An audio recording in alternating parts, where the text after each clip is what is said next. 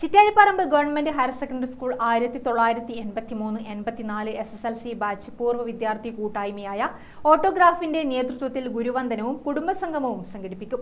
ഞായറാഴ്ച സ്കൂൾ ഓഡിറ്റോറിയത്തിലാണ് പരിപാടി നടക്കുക.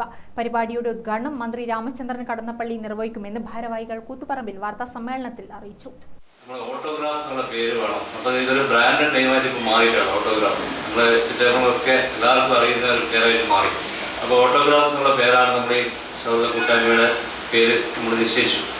അതിനുശേഷം അതിൻ്റെ ഫസ്റ്റ് മീറ്റിംഗ് കഴിഞ്ഞതിന് ശേഷം നമ്മൾ സെക്കൻഡ് മീറ്റിംഗ് ഒരു അവിസ്മരണീയമായ ഒരു മീറ്റിംഗ് ആക്കി മാറ്റണം എന്ന് എല്ലാവർക്കും ഒരു തീരുമാനം എടുത്തതിൻ്റെ പുറമെ നമ്മളൊരു സ്നേഹസംഗമം നമ്മൾ റിപ്പബ്ലിക് ഡേ കഴിഞ്ഞ 26/1/2025 ഒരു ഉച്ചയ്ക്ക് ഒരു 12 മണിക്ക് തുടങ്ങാൻ വേണ്ടി തീരുമാനിച്ചു.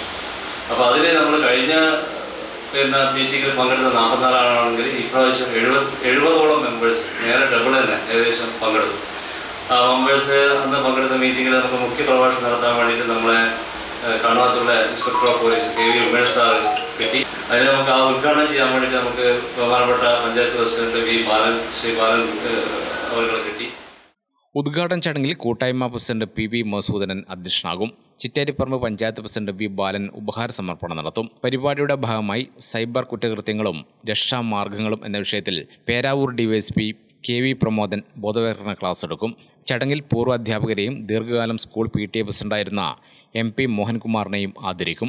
തുടർന്ന് കൂട്ടായ്മ അംഗങ്ങളുടെയും അവരുടെ കുടുംബാംഗങ്ങളുടെയും വിവിധ കലാപരിപാടികളും അരങ്ങേറുമെന്ന് ഭാരവാഹികൾ കൂത്തുപറമ്പിൽ വാർത്താസമ്മേളനത്തിൽ അറിയിച്ചു. President PV Masudanan, secretary V Hareendran, joint secretary K Dineshan, Ajitha Raveendran, PK Vinod, C Pramod Kumar തുടങ്ങിയവർ വാർത്താസമ്മേളനത്തിൽ പങ്കെടുത്തു. രാമിക ന്യൂസ്, കൂത്തുപറമ്പ്.